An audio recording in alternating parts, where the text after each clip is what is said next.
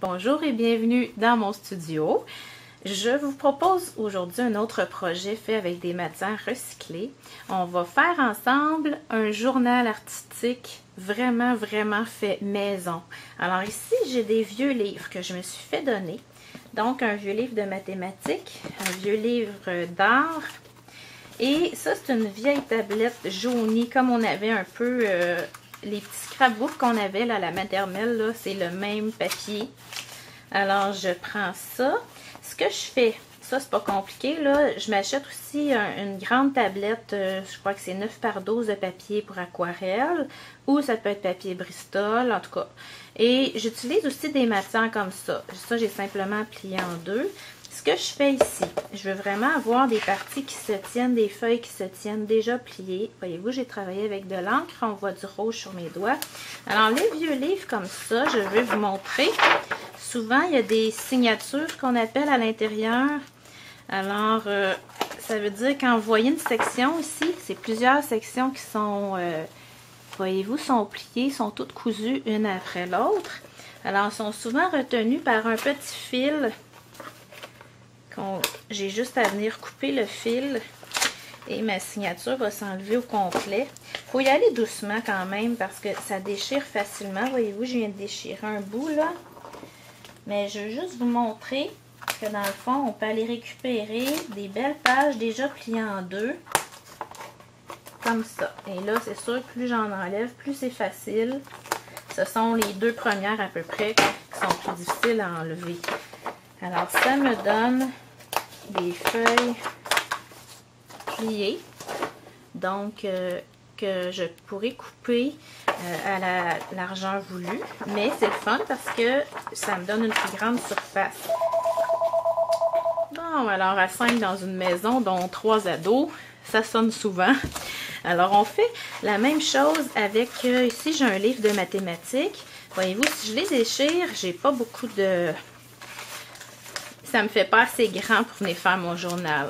Je viens voir ici, là, et là, je peux aller voir où est-ce qu'elle est la prochaine signature. Et je viens, comme tantôt, couper le fil. Vous voyez, on voit le fil ici. Là, de toute façon, ça ne vous donne pas grand-chose que je vous le montre. Mais bref, on va récupérer des pages comme ça. Ça peut être des pages dans une revue. Alors, je vous montre ce que j'ai. Ici, dans le cours, je vous ai fait coudre des pages ensemble ou collées pour faire du papier d'emballage qu'ensuite on a teint. Vous vous en souvenez? Moi, je veux m'en servir. Ça fait une belle surprise à l'intérieur du journal. Tu sais, dans le fond, là, ça ne veut pas dire que les gens à qui vous allez l'offrir, si vous l'offrez en cadeau, c'est pas tout le monde qui sait se servir de ça, là. On donne ça à quelqu'un qui est un petit peu initié, OK? Sinon, on ne met que des feuilles, quelques feuilles blanches pour que ça fasse un carnet de notes. Mais là, je vais vous montrer, moi, ce que je mets. Là-dessus, là, je ferai un petit collage, mais je ne voudrais pas tout cacher parce que je trouve ça beau. Ici, ça pourrait accueillir du gesso. OK? Ensuite, ici, c'est un atlas que j'avais où on voit des photos prises de la terre de haut. Et il est quand même assez grand. Je crois que c'est quasiment 11 pouces par 11 pouces. Donc, ça s'y prêtait bien. J'ai été doucement arracher une page. Je me sens toujours mal quand je fais ça. Mais regardez, il y a des belles couleurs. Il y a moyen de faire une belle composition de journal artistique là-dedans. Ça ici, c'est des vieilles feuilles qu'on entre pour puncher, si on veut dire, pour voyons, les endroits où on travaille. Alors, ce que je fais, je les plie en deux et je vais venir les insérer à deux endroits dans le journal. Ça, c'est du papier pour aquarelle que j'ai plié en deux déjà. Mon livre d'art, dans le fond. La tablette que je vous ai montrée. Le livre de mathématiques. Et ça, vous le reconnaissez, c'est du papier d'emballage Stampin' Up. Dans le fond, il y a plusieurs compagnies qui livrent leur paquet enroulé là-dedans. Donc, ce qu'on va faire tout simplement, on va venir alterner pour créer l'intérieur de notre journal. Moi, j'essaie vraiment d'alterner pour que ça fasse des surprises. Comme je disais tantôt, on n'offre pas ça à n'importe qui, un journal comme ça. Il faut vraiment que la personne, voyez-vous, je viens glisser une étiquette, que la personne soit déjà un petit peu initiée, là. Ou vous lui offrez avec ce cadeau-là un petit cours chez vous d'initiation au journal artistique. pratique. Ça serait peut-être où vous l'inscrivez à un de mes cours. Ça peut être un beau moyen à quelqu'un qui dit, ben, j'ai pris la résolution cette année de m'accorder plus de temps. Vous les connaissez, ces personnes-là autour de vous? Alors, ça peut être très, très, très salutaire, je vous le dis. Bon, ici, j'en ai deux. Ça pourrait être aussi des vieilles partitions de musique que vous avez, les revues, bref, ça peut être des circulaires que vous recevez à la maison.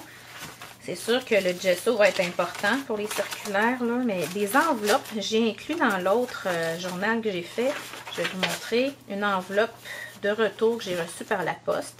Alors, ça fait ça ici. C'est sûr que c'est pas tout égal, mais moi, ça ne me dérange pas. C'est vraiment quelque chose que j'aime beaucoup. Là, j'en ai mis assez épais. Il faut juste que j'aille tailler un petit peu. Moi, je l'ai fait 6 par 8,5 ou 8 3/4, mais vous pouvez choisir ce que vous aimez le mieux. Puis là, même regardez quelle page je veux que ça sur le dessus. Comme ça. OK, alors ça, c'est la base de mon journal. Je la laisse comme ça parce que je vais aller voir la couverture. Alors, j'ai décidé, dans mon effort de recyclage, de prendre une boîte. Ici, c'est une boîte de soupe à l'oignon. Ça pourrait être les croquettes de poulet. Toutes les boîtes de céréales que vous avez. Puis, voyez-vous pourquoi j'ai choisi à peu près ce format-là? Parce que ça rentre bien dedans. Là, je vais juste relever mon trépied pour que vous voyez plus grand. Un instant. C'est bon, alors ça va beaucoup mieux comme ça. Je sais pas pourquoi vous êtes toujours beaucoup plus rapprochés que ce que je vous mets, que ce que je vois avant de filmer. Mais bon, vous allez mieux voir comme ça. Là, c'était de décider, ça ne dérange pas s'il y a un pli. Habituellement, quand il y a un pli, je le mets en arrière, là. Bref, vous mettez du bord que vous voulez le plus. Moi, souvent, ma couverture, je prends ça ici. J'enlève les contours, tout simplement. Alors, ce que je ferai, c'est un petit peu trop grand pour ma tranche. Et je vais prendre mes ciseaux. J'enlève tout simplement les rabats. Alors, je vais enlever les rabats et vous montrer ensuite la prochaine étape. Bon, alors, moi j'ai décidé d'organiser ça comme ça. Il va y avoir un pli en arrière, mais c'est pas vraiment grave parce que si je le place comme ça, je pourrais refermer aussi de cette façon-là, venir couper le surplus, mais je préfère avoir mon pli en arrière. Alors, ce que je vais faire, je vais venir couper avec mon massicot. Alors, je vous le présente. Quand je fais des projets recyclés, quand je coupe pour mes cours, c'est toujours le massicot que je prends.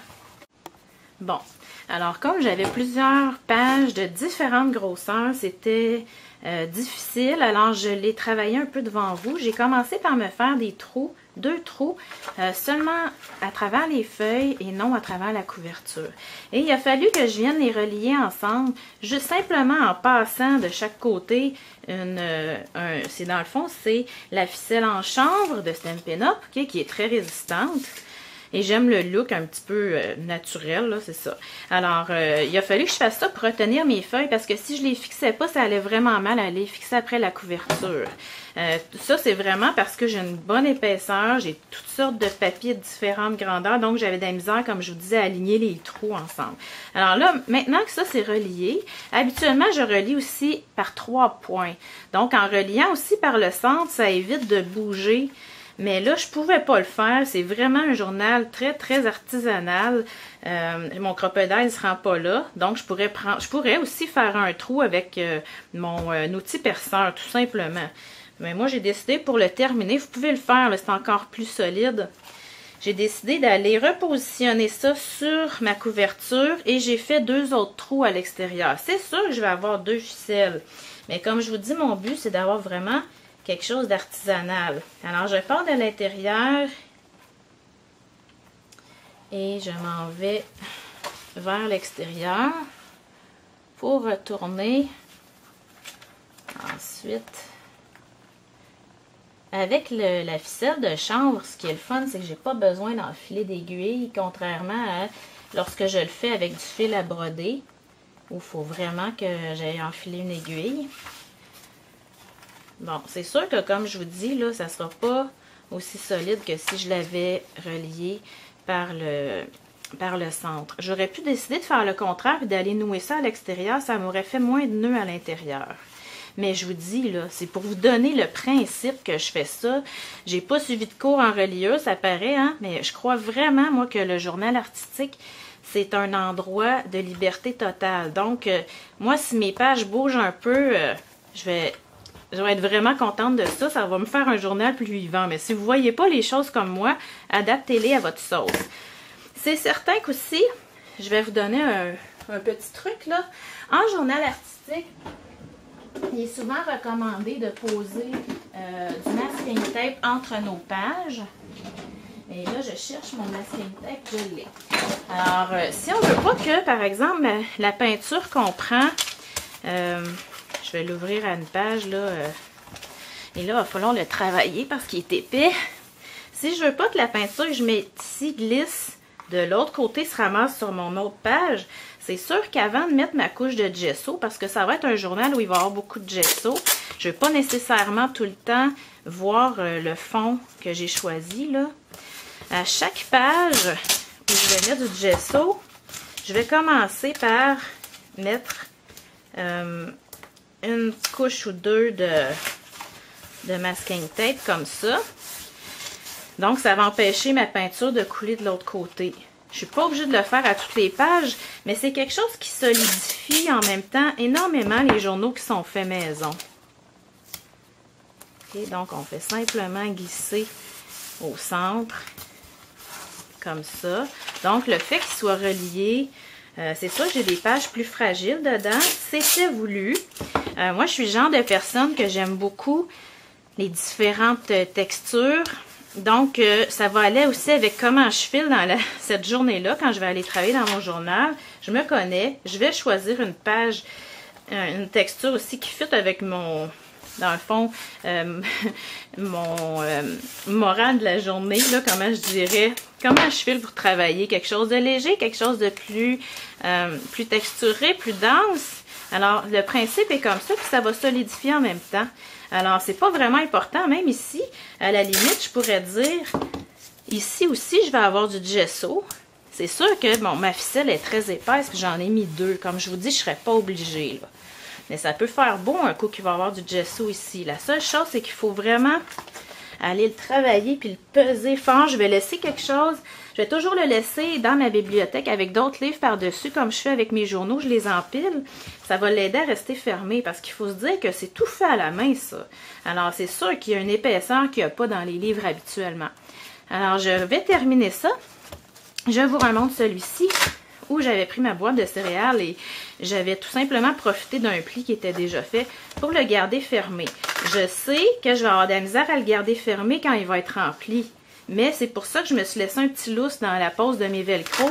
Je ne l'ai pas complètement aplati avant de venir les poser. J'ai vraiment laissé un peu de corps là, pour me laisser du jeu. OK?